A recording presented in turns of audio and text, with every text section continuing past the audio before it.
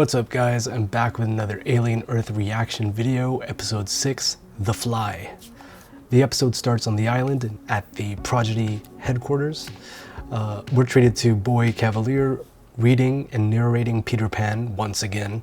Seems to be a common theme throughout the whole series. All children except one grow up. We see Wendy in the specimen room communicating with the Xeno. The sheep with the oculus. The sheep oculus observes. Wendy vocalizing the Xeno language, making sounds, alien sounds. I had the captions on, and the closed captions describe the alien language as a rattling sound. So there you go. It's kind of like a snake rattle. The baby toddler Xeno emerges and crawls towards the window of the container, while Wendy is at the other side of the window and communicates back to her. Seems curious and friendly. Then it suddenly slams the glass window as if to attack her, or I don't know. It was a weird, aggressive reaction that surprised Wendy. Seeing the toddler Xeno is super cool. The VFX is super amazing. I don't think we've ever seen that state of a xenomorph and that kind of progression stage in its lifespan. So it's super cool to see. Kirsch and Hermit observe Wendy's interaction with the Xeno behind a window. It's like a blacked out window.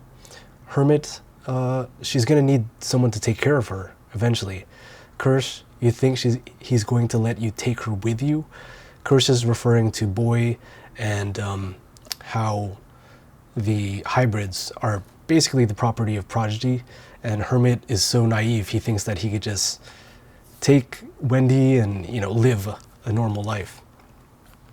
Kirsch mentions she has the potential to invent faster than light travel and explore the stars for thousands of years. And you want her to be family? Hermit, she's just a kid. Kirsch, keep telling yourself that.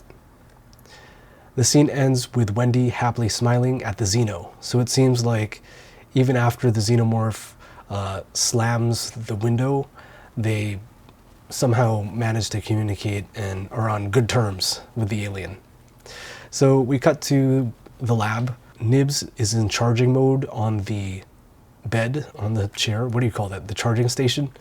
And she's being scanned by Dame and Arthur conducting a scan.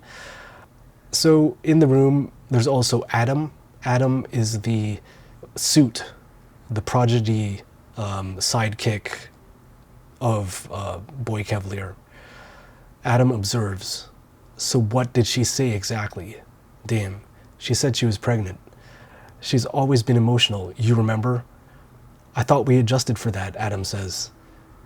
So how do we fix her? In time, with enough therapy. There's trauma in her past. We knew that when we chose her.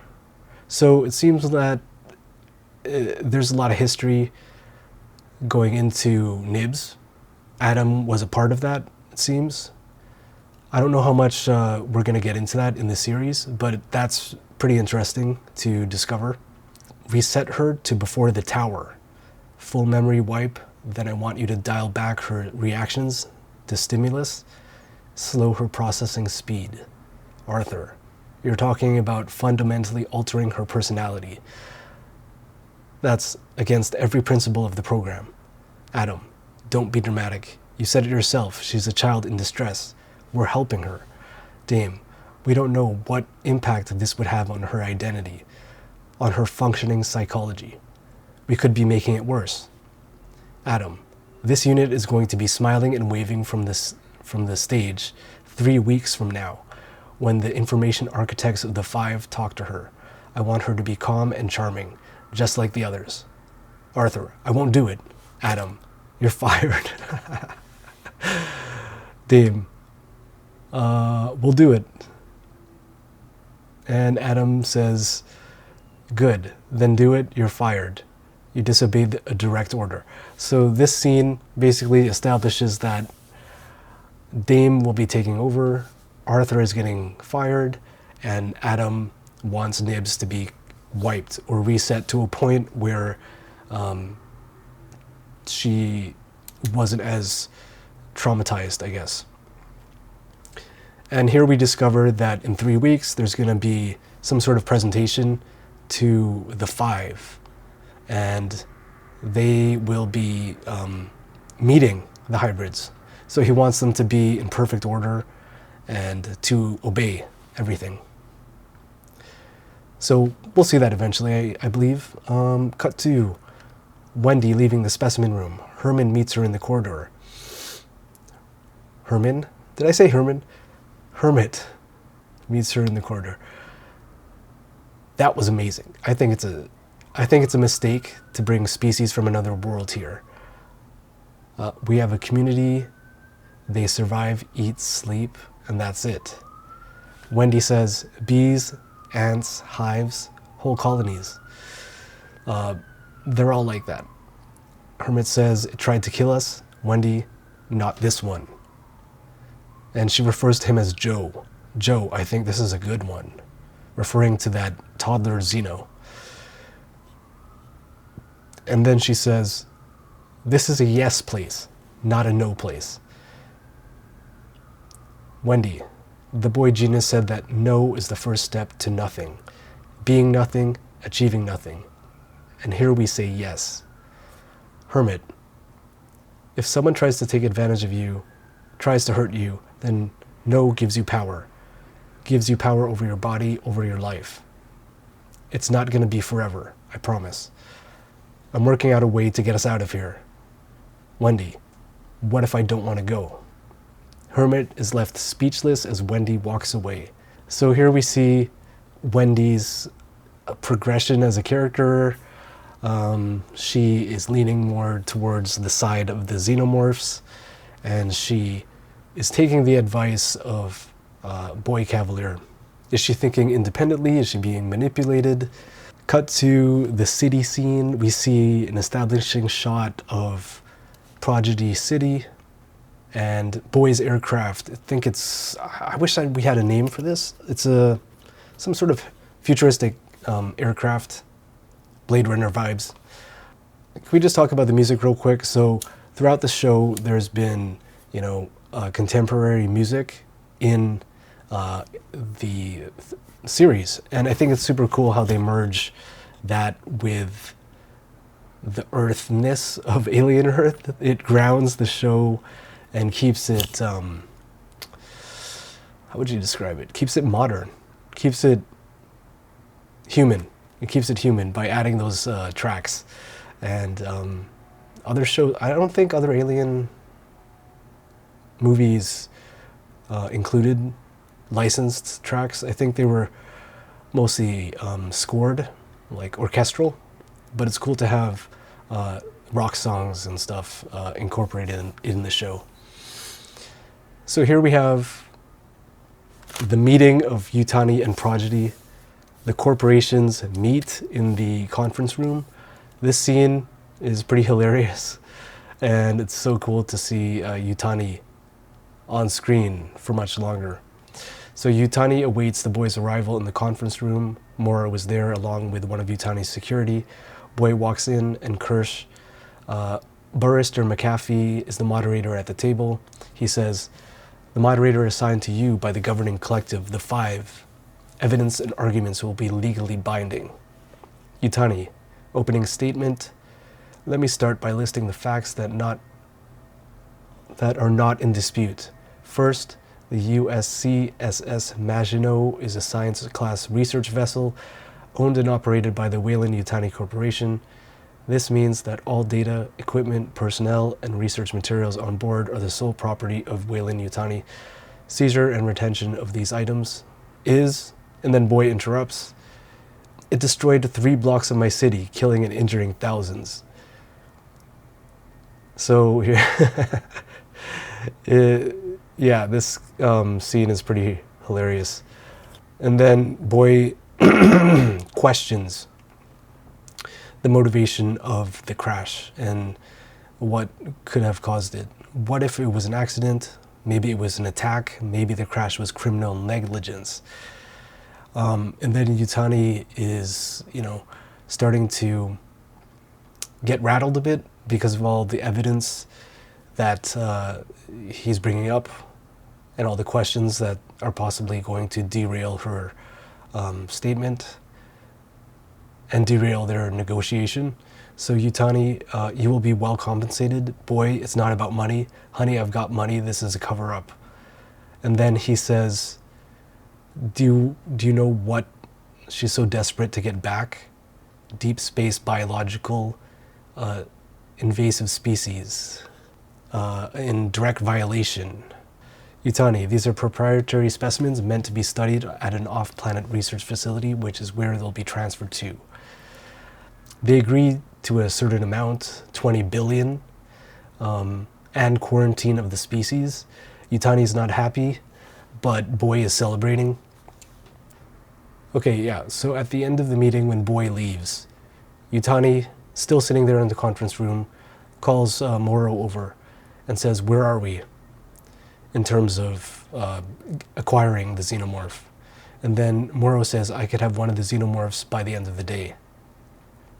We destabilize the facility and exfil in the chaos. And Yutani seems very happy with that plan. Yeah, that conference scene's super cool. We establish more about how the corporations interact with each other and all the money at stake and the motivations of Yutani. So this is an interesting scene we have next. It's Moro and Kirsch in the elevator, still at the facility, leaving the meeting.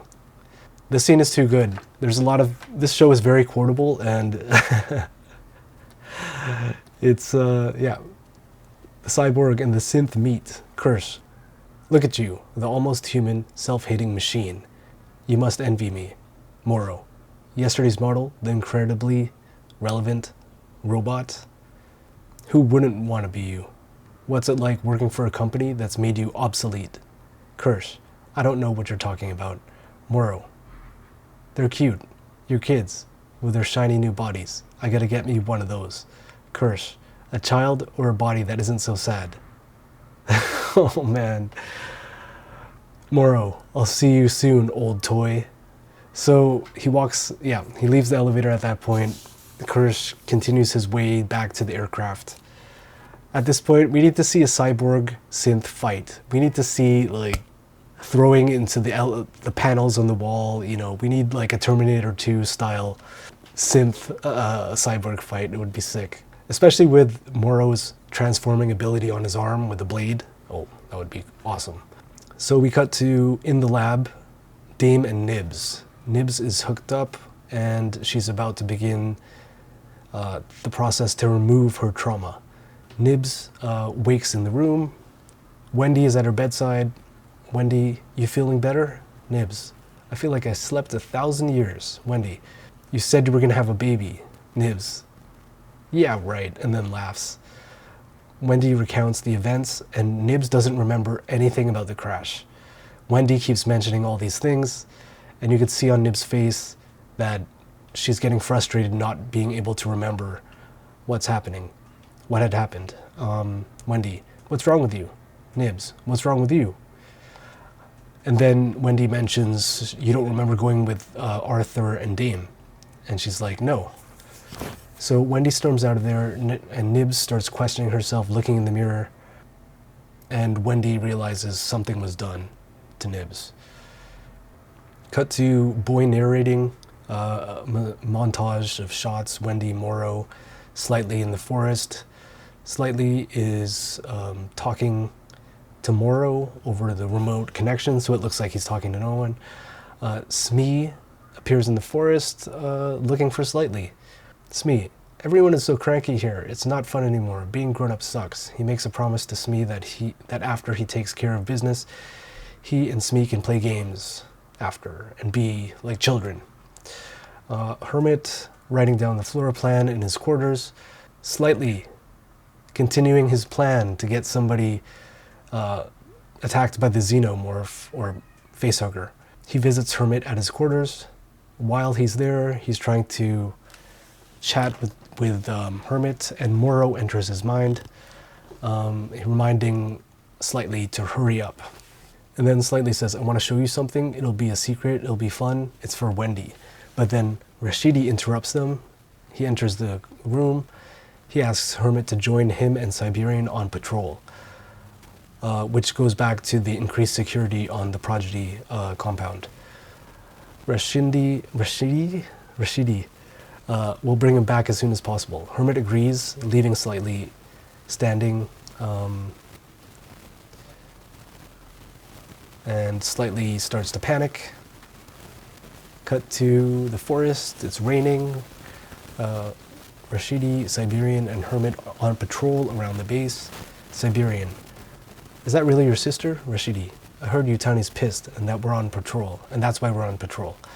Siberian: everything is under strict control. Siberian: stop what you're planning. We got a good thing going here. We're alive. We get paid. Don't fuck it up. And then Hermit says the monsters are here. So they're on to Hermit kind of planning an escape. He was asking about boats and, stuff like that. So he's looking for the way out before shit hits the fan. Cut to Wendy in the specimen room. Wendy is back conversing with the Xeno. It grew larger from the last time we saw it. And then we cut to the jet, the aircraft leaving Prodigy City and heading back to the island. Kirsch communicates to Toodles. Are you in the lab? I should be back by dark, he said. Creatures need to be fed and watered. Check the data from the last night and pick the next experiment from the list. Is Curly with you? And then Kirsch says, step by step, follow protocols to the letter. Scientific method is a method, not a suggestion box. Toodles heads back to the lab while Curly and Smee play by the water. Toodles enters the lab and the sheepicalist observes him. Toodles gets the dead rats and food and feeds each container. When he gets to the fly container, the feeding tray door breaks, so he doesn't put the food there. He decides to unlock the chamber itself and walk in. While he's doing that, the sheepoclus rams the window and it startles Toodles. He drops the food and the door behind him locks. He gets stuck in the chamber with the flies that are coming out of its nest.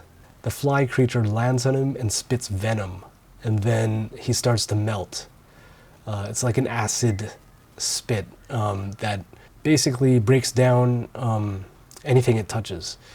And then the flies jump on him and starts to eat him. This is a pretty cool scene visual effects wise, and it's horrifying too. It's like, oh man, so gross. But that's exactly what we signed up for. Alien Earth and all the crazy species and their abilities. And it's super cool to see what the flies can do. So this whole time the sheepocalypse is observing Toodles getting decomposed, rest in peace. Not sure if Toodles will survive that or if there's a way to back up his memory into a new body. Cut to Dame.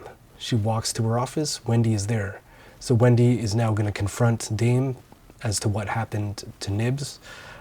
She asks, what did you do to Nibs? We removed, Dame replies, we removed the corrupt data before it could corrupt the rest of her. Wendy: that's a funny word, corrupt. Wendy: I told him this was a yes place. I gave her medicine. They didn't ask to come here, referring to the specimens. And then she says, he's studying them. They're experiments to him.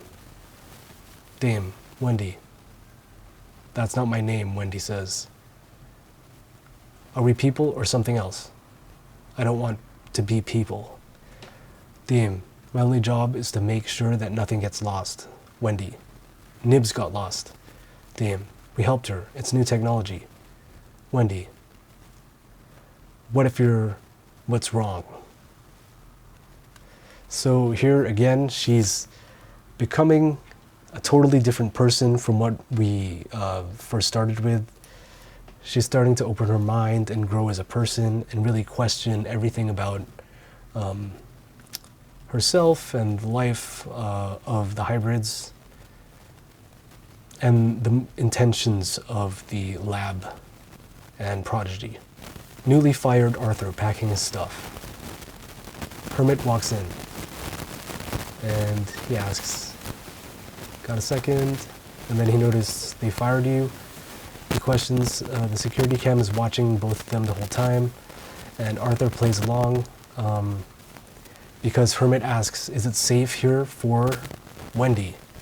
And then Arthur says, yes, it's safe.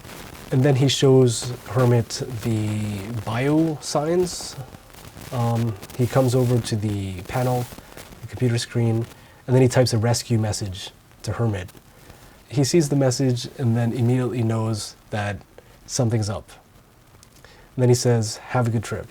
While it's searching for the individual hybrids, it finds Toodles and says that Toodles is not connected. So he realizes something happened to Toodles. So Arthur heads over to the lab. Cut to Slightly, still conflicted, trying to get someone to go with him to the lab. Morrow mentions his mother again, so he's starting to feel like he needs to do something now, very urgent, that he gets somebody with the facehugger. Arthur magically appears. After seeing that Toodles was disconnected, he heads to the lab. He opens the lab. Kirsch is observing on the tablet what's going down. So Arthur enters the lab, the specimen room, and he's focused on helping Toodles out of the containment. But Toodles is too heavy. He tries to drag him out of there. Slightly continues his plan. He unlocks the other containers with the eggs, facehugger eggs, and the eggs eventually open while Arthur is trying to help Toodles. The facehugger jumps out of the egg and it's scurrying around the room. So Arthur hears something, he looks around, and then it eventually jumps on him and he gets facehugged. So there you go. Arthur is officially the carrier of the facehugger parasite.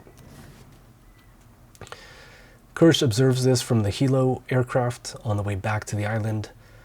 While Boy is celebrating their win over Yutani, Kirsch doesn't reveal what just occurred in the lab. Why didn't Kirsch say anything? Does he want the facehugger and Arthur to escape the island with Slightly? Back in the lab, a fly exits the cage. Slightly drags Arthur into the air vent. He enters it, then closes the vent before the fly can get to them. The episode ends with the Sheepoculus observing everything that just went down. So that is episode 6, The Fly. This episode was pretty sick. I'm looking forward to seeing what happens to Wendy. Will Toodles survive? It looks like he won't survive, but thanks for watching, and be sure to subscribe for more Alien Earth content.